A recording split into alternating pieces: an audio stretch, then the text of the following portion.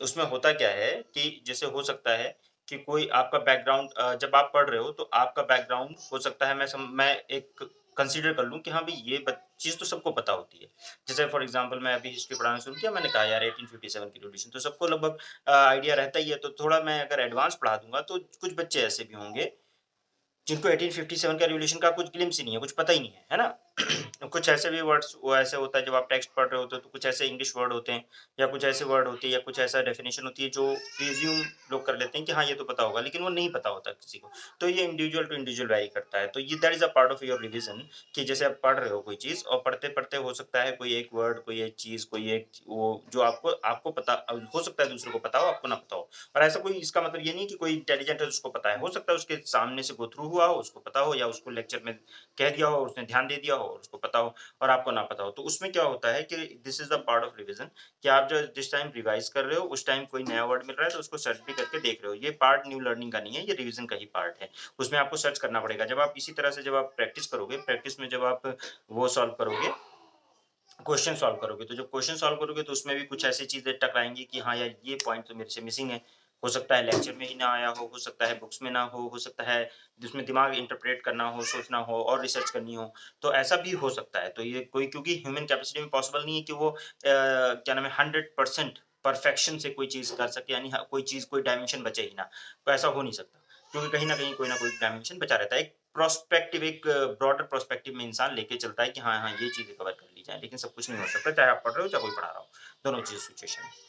तो अब ये बात आती है कि भई आप जो है क्या करेंगे, प्रैक्टिस में क्या करेंगे? तो जब आप प्रैक्टिस के लिए उठाएँगे, क्या नाम है तो उसको भी रिवीजन का ही पार्ट बना के उठाएँगे, वो मैं आपको बताऊँगा कैसे करना है। प्रैक्टिस भी एक रिवीजन का ही एक तरीका है। प्रैक्टिस जब आप करते हो, क्वेश्चन का प्रैक्टिस करोगे ना, वो सॉल्व करोगे, एमसीक्यूज़ सॉल्व करोगे या कुछ भी, तो आपको कुछ डिफिकल्टीज़ आएँगी। फिर रिवीजन करना पड़ेगा, उसको जाके दोबारा से वो टेक्स्ट पढ़ना पड़ेगा। तो रिवीजन बहुत की फैक्टर है।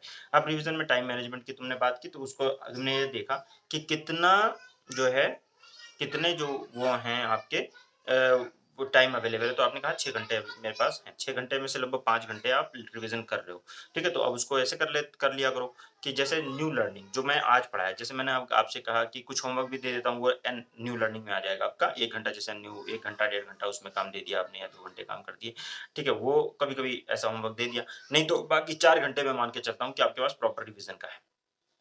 उसमें से 1 घंटा तो आप वो रखो जो मैंने करंट करंट अभी कहा है। मतलब आज मैंने पढ़ाया है आधे से 1 घंटा, कल जैसे पढ़ाया था फाइनेंशियल इमरजेंसी, तो फाइनेंशियल इमरजेंसी को कल 1 घंटा या आधा घंटा जो भी करके उसका रिवीज़न ज़रूर करो। सबसे पहला काम वो है जो मैंने पढ़ाया उसका रिवीज़न करना है, चाहे जैसे भी करके। उसका रिवीज़न कर लो, ठीक है? जल्दी-जल्दी टेक्स्ट पढ़ लो या कुछ जैसे भी करके 1 डेढ़ घंटा वो जो भी टाइम लगता है उसको टाइम दो प्रॉपर कि हाँ, वो भई मेरे को करना है, वो जल्दी हो जाएगा नॉर्मली। उसके बाद फिर अपने सब्जेक्ट्स डिसाइड करो।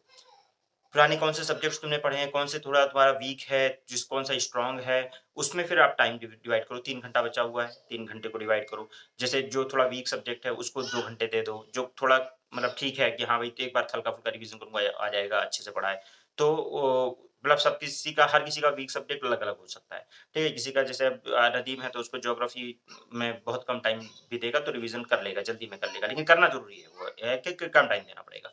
किसी को तो हो सकता है तुमने ज्योग्राफी कभी नहीं पढ़ी है तो तुम्हें ज़्यादा टाइम देना पड़ेगा। किसी ने हिस्ट्री नहीं पढ़ी है तो उसको हिस्ट्री में ज़्यादा टाइम देना पड़ेगा। तो अकॉर्डिंगली अपने हिसाब से जो तुम्हें डिफ़िकल्ट लगता है उसको 2 घंटे डेडिकेट किया, पुराना अपना डिसाइड किया कि भई इतने दिनों में 1 महीने में मैं इसको धीरे-धीरे करके रिवाइज़ कर लूँगी या 2 महीने में धीरे-धीरे ये सब्जेक्ट मेरा रिवीज़न भी हो जाएगा। साइमल्टेनियसली जो सब्जेक्ट और दूसरा पढ़ रखा है, ठीक है, उसको भी मतलब 1 घंटा, डेढ़ घंटा जो थोड़ा-सा अच्छे से पढ़ रखा है, उसको भी रिवीज़न के लिए देना है। लेकिन ये मत सोचो, टारगेट रियलिस्टिक बनाओ। ये नहीं कि मैं अब रिवीज़न करना है, तो मैं 10 चैप्टर 1 दिन में कर लूँगी, नहीं, ऐसा नहीं है। जैसे एक मतलब मान लीजिए कि आप एनवायरनमेंट का ही रिवीज़न करने जा रहे हैं, तो एनवायरनमेंट एंड इकोलॉजी एक छोटा चैप्टर है, 3 चैप्टर का मैंने आपने सोचा कि यार ये पढ़ तो रखा है, 3 चैप्टर का एक बार रिवीज़न करना है, एक बार दोबारा से पढ़ना है। तो 3 चैप्टर रियलिस्टिक है कि हाँ भाई, 3 चैप्टर जो है आप 1-2 घंटे में छोटे चैप्टर जो हैं तो पढ़ सकते हैं। अगर आपने नहीं पढ़ा है तब तो ज़ाहिर-सी बात है 3 घंटे में रिवीज़न नहीं होगा।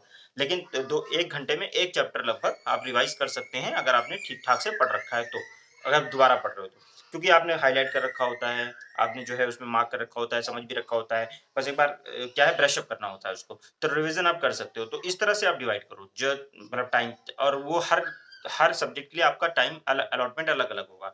ये रिवीज़न का रखो, लेकिन पहले ताकि आप इस जो रियल सेगमेंट चल रहा है, जो अभी का टाइम चल रहा है, उससे पीछे ना हो जाओ।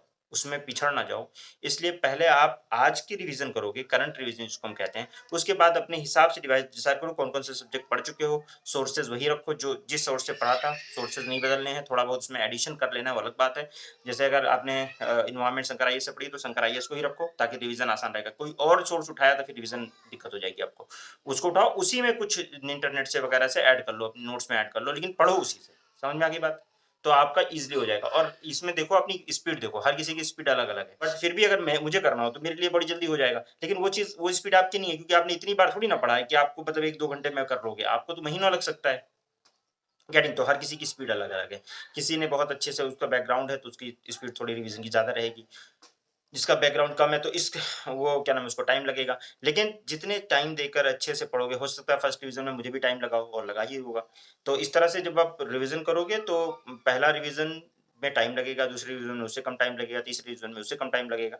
समझ रहे हो ना? तो अभी तो आपको टाइम कंस्ट्रेंट अच्छा ये जो बात है रिदा कि टाइम कंस्ट्रेंट है, टाइम कम है, ये आपको हमेशा खलेगा। ठीक है? थोड़ा-सा जैसे गोल एकदम कंफर्टेबल बनाया भी नहीं जाता है। जैसे मान लीजिए कि आपकी कैपेसिटी है कि आप 5 चैप्टर पढ़ सकते हो, तो आपका टारगेट होना चाहिए 6 चैप्टर का, ठीक है? कम्फर्ट में ना रहो, 6 चैप्टर ताकि आपको एक एंग्ज़ायटी बनी रहे कि यार 1 चैप्टर छूट रहा है मेरा। एक जो ये मोटिवेशन भी देता है कि यार और मुझे अपनी स्पीड को बढ़ाना है, ठीक है? जैसे फॉर एग्ज़ाम्पल आपकी स्पीड है 5 क्वेश्चन लिखने की, जब आप मेंस लिखोगे ना, तो आपकी कैपेसिटी है कि आप जो है 7 मिनट में आप जो है एक आंसर नहीं लिख पा रहे हो। तो आपको कोशिश ये करनी है धीरे-धीरे करके कि 6 मिनट पे, 5 मिनट पे करना है कि मुझे 5 ही मिनट में लिखना है और खींचना है, बहुत तेज़ खींचना है। ये धीरे-धीरे प्रैक्टिस में किराया जाता है। तो ठीक है मतलब हर किसी का पेस अलग है, टाइम अलग है ना? तो उसके हिसाब से करेंगे। बट फिलहाल ऐसे आप कर सकते हो और आपको हमेशा थोड़ा-सा जितना आप अचीव कर सकते हो उससे थोड़ा ऊपर का गोल बनाना चाहिए, डेली का भी। इतना ये भी नहीं कि अनरियलिस्टिक बना लो, जैसे कि मान लीजिए कि अगर आप 1 चैप्टर पढ़ सकते हो तो डेढ़ का बनाओ, ठीक है ना? ये नहीं कि 5 का बना लो, 1 चैप्टर पढ़ सकते हो तो 5 का बनाओगे तो फिर आप फ्रस्ट्रेट हो जाओगे। ठीक है? ये होता है कि हाँ, लग रहा है कि यार थोड़ा और स्पीड बढ़ाऊँगा तो अचीव हो जाएगा। अगर इतना बनाओ बस। ठीक है? समझ में आ गई बात? रिदा, ठीक है, तो इस तरह से बना लो अपने हिसाब और शेड्यूल मुझे बता देना कि मतलब जैसे तू कि क्या हाँ, मैं इतना टाइम दे रही हूँ, फिर बताना। थोड़ा बहुत तो छूटेगा हमेशा, देखो कभी कभी किसी में ज़्यादा टाइम लग जाएगा, कभी रिसर्च में ज़्यादा टाइम लग जाएगा, कभी होमवर्क में ज़्यादा टाइम लग जाएगा, तो कभी भी परफेक्ट ऐसा नहीं रहेगा कि हाँ, आज पूरा एकदम कंप्लीट हो गया और ये होना भी नहीं चाहिए क्योंकि फिर वो परफेक्शन कुछ होता नहीं है। कुछ ना कुछ कमी रह ही जानी चाहिए क्योंकि यूपीएससी जब आप टॉप भी कर दोगे तो भी 85% नंबर रहेंगे। 50% नहीं रहेंगे, 50 प 52-55% पे टॉप कर दोगे, है कि नहीं? इस बार 1094 है ना आई थिंक? का होते हुए भी उसने अपनी मेहनत करके एक राइट डायरेक्शन में, राइट अप्रोच, राइट थिंकिंग के साथ उसका ईक्यू अच्छा करके, इमोशनल क्वोशिएंट अच्छा करके उसने अचीव किया है, तो वो बेटर है मेरी नज़र में। तो जो लोग कहते हैं ना कि बहुत ब्रिलियंट बच्चा है, ब्रिलियंट होना कोई कमाल की बात नहीं है। ब्रिलियंट बहुत इंटेलिजेंट होना कोई कमाल की बात नहीं है। बहुत मेहनत हो अगर आपने किया है और मेहनत करने के बाद आपने अचीव किया है कुछ तो दैट मैटर्स।